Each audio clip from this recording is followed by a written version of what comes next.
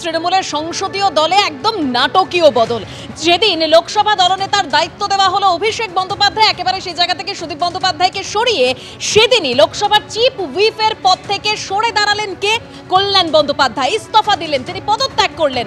আর তা নিয়ে জল্পনা একেবারে চরমে পৌঁছেছে এবং তিনি দলের সাংসদদের বিরুদ্ধে, যেখানে মহুয়া মৈত্র অবশ্যই রয়েছেন, তাই এই মহুয়া মৈত্র সহ দলের যে বাকি সাংসদ তাদের বিরুদ্ধে ক্ষোভ উগরে দিয়েছেন।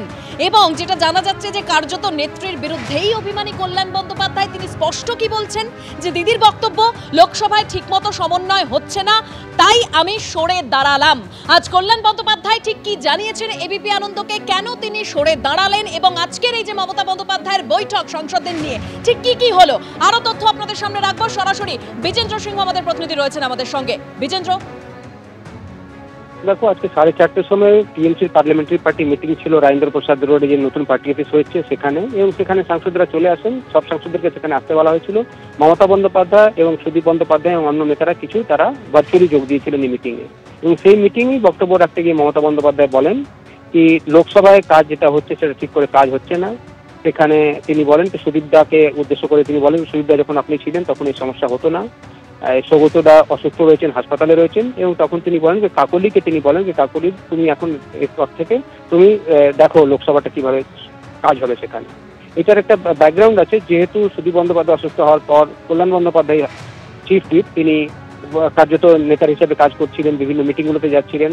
সকাল থেকে আমরা তাকে দেখি বিভিন্ন কর্মসূচিতে যোগ দিতে লোকসভা এবং সংসদের বাইরেও, এবং সেটাতে তিনি যোগ দিচ্ছিলেন। কে বক্তা হবে আমরা দেখলাম, অপারেশন সিঁদুরে তিনি বক্তব্য রাখলেন দলের হয়ে। কিন্তু এই কথা শোনার পরেই যখন মিটিং শেষ হয় তখন কল্যাণ বন্দ্যোপাধ্যায় কাকলিকে বলেন যে এবার থেকে তুমি দেখো, আমি চিফ হুইপ থেকে পদত্যাগ করছি, এরপরে আমি আসবো সংসদে এবং সই করে সেখান থেকে চলে আসবো। তো কোথাও না কোথাও একটা অভিমানের কথা রয়েছেই। তার সঙ্গে সঙ্গে আরো একটা এখানে একটা তথ্য রয়েছে। মিটিং এ যাওয়ার সময় আমরা দেখলাম কার্যত মুখোমুখি হয়ে গেছিলেন কল্যাণ বন্দ্যোপাধ্যায় এবং মহুয়া মৈত্র। সেই সময় তিনি বলেন যে আজকে দিনটাই হয়তো খারাপ যাবে, এবং ঠিক মিটিং এর পর আমরা দেখলাম তিনি বাইরে এসে বললেন একদম বিজেন্দ্র, তুমি আমাদের সঙ্গে থাকো। মুখ্য সচেতকের পদ থেকে ইস্তফা দেওয়া নিয়ে কল্যাণ বন্দ্যোপাধ্যায় এবিপি আনন্দকে ঠিক কি জানিয়েছেন শোনাবো।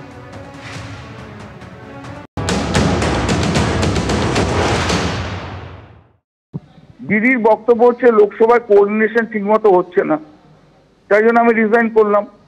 সুদীপ বন্দ্যোপাধ্যায় দিনের পর দিন আসবে না, কাকলি মাঝে মাঝে থাকবে, সব দায় দায়িত্ব কি আমি ঘাড়ে একা নেবো? তা আমার দ্বারা যখন হচ্ছে না তখন আমি রিজাইন করবে, এটাই ভালো। দিদি বলছে ঝগড়া করছে, ঝগড়া করছে, আমাকে যদি কেউ গালাগাল দেয় তাদের আমায় সহ্য করতে হবে? আমি তো সহ্য করতে পারবো না এসব। আপনি বলছেন কল্যাণদা আপনাকে যদি কেউ গালাগাল দেয়, বিশেষ কারুর দিকে কি ইঙ্গিত করছেন? হ্যাঁ নিশ্চয়ই, মহুয়া মৈত্র তো গালাগাল দিয়েছে, তো দেখেছেন তো কি বলেনি। দলকে জানিয়েছি, দল তারপর বিরুদ্ধে পদক্ষেপ না নিয়ে এখন আমাকে দোষারোপ করছে, অর্থাৎ আমি রিজাইন করে দিলাম। মমতা দিদি দল চালাক, মমতা দিদি ভালো করে চালাক। না কল্যাণদা, এই কথা তো আপনি টাইম এন্ড এগেইন বলেছেন যে আপনি মমতা বন্দ্যোপাধ্যায়কে দেখে দলটা করেন, তাহলে আপনার ক্ষোভটা কার বিরুদ্ধে? ঠিক আছে, আজকে না মমতা দিদি তো আজকে বলেছে যে আজকে যে লোকসভায় কোঅর্ডিনেশন হচ্ছে না, তা লোকসভায় এখন সুদীপ বন্দ্যোপাধ্যায় আসছেন না। এর আগের লোকসভায় এলে চুপ করে বসে থাকতেন। আমার দোষে যখন হচ্ছে না তখন আমাকে ছেড়ে দেওয়া ভালো নয়, আমি ছেড়ে দিলাম। না কল্যাণদা, আজকে সুদীপ বন্দ্যোপাধ্যায়ের জায়গায় লোকসভায় তৃণমূলের দলনেতা করা হলো অভিষেক বন্দ্যোপাধ্যায়কে, একই দিনে আপনি চিফ হুইপের পদ থেকে ইস্তফা দিলেন, দুটোর মধ্যে কোনো সম্পর্ক আছে? না অভিষেক না তার সঙ্গে এটা কোনো সম্পর্ক নেই। দিদি বলেছে এতদিন ধরে কোনো কোঅর্ডিনেশন হয়নি, তাই জন্য দোষটা তো আমার, তাহলে কোঅর্ডিনেশন না হলে, তাই জন্য আমি সরে গেলাম। আপনার কোথাও মনে হচ্ছে তাহলে অভিষেক বন্দ্যোপাধ্যায় দলনেতা হওয়ার পর সেই কোঅর্ডিনেশন সমন্বয়ে উন্নতি হবে? নিশ্চয়ই হবে, দিদি যখন ঠিক করেছে অভিষেক ইজ ভেরি কম্পিটেন্ট, নিশ্চয়ই হবে। কল্যাণদা, এই বিষয়টা আপনি বলুন। আপনি প্রকাশ্যে আপনার কখনো সোশ্যাল মিডিয়া পোস্টে মহুয়া মৈত্রকে নিয়ে আপনার ক্ষোভের কথা বারে বারে জানিয়েছেন, কিন্তু দলের ভূমিকা নিয়ে ক্ষোভের কথা সম্ভবত এর আগে এত বড় করে সামনে আসেনি। না আমি আজকে করছি, দিদি যখন বলেছে যে আমি কোঅর্ডিনেশন ঠিকমতো হচ্ছে না, মানে তো আমি দোষী। দিদি বলেছে যে এর আগে যে সমস্ত স্পিচ দেওয়া আছে তাতে নাকি দিদির সঙ্গে কথা বলা হয়নি, এটা তো ঠিক নয়। এটা তো দিদি ঠিক বলেনি, দিদির সঙ্গে কথা বলেই তো স্পিকার লিস্ট ঠিক করা হয়েছে। আমি তো কোনো অন্যায় কথা মানতে পারবো না, আমি পারবো না, তাতে আমার রাজনীতি ছাড়তে ছেড়ে দেবো। কল্যাণদা, অভিষেক বন্দ্যোপাধ্যায়ের সঙ্গে আপনার মতবিরোধ, এর আগে একাধিকবার আপনি প্রকাশ্যে সংবাদ মাধ্যমে সেই কথা বলেছেন। কোনো মতবিরোধ নেই, অভিষেকের সঙ্গে আমার কোনো মতবিরোধ নেই।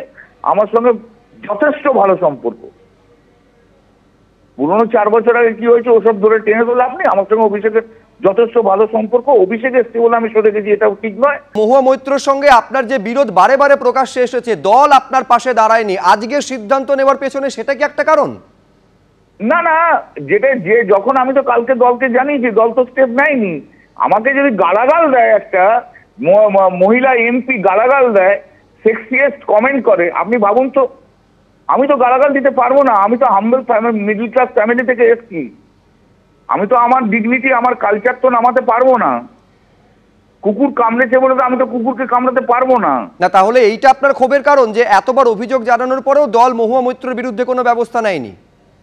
না না, সেটার জন্য কথা নয়। কথাটা হচ্ছে সেটা কখন নেবে কি না নেবে সেটা তার পরের ব্যাপার। কিন্তু আজকে মমতাদি বলেছে যে লোকসভায় কোঅর্ডিনেশন হচ্ছে না।